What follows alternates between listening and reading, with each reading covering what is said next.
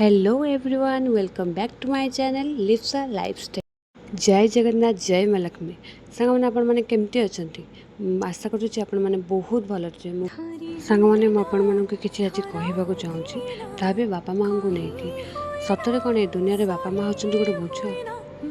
ପୁଅ ବାହା ହେଇଗଲା ପରେ ନା ବାପା ମାଆଙ୍କର କ'ଣ କିଛି ସମ୍ମାନ ନାହିଁ?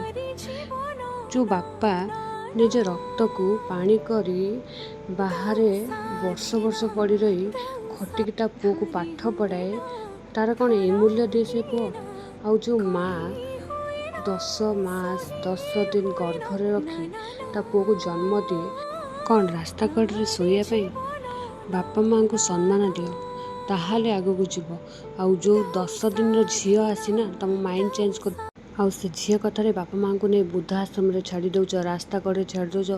ଆଗେ ନିଜ ମେଣ୍ଟାଲିଟି ମାଇଣ୍ଡ ଠିକ୍ କର, ତାପରେ ହିଁ ଗ୍ରୋଥ୍ କରିବ।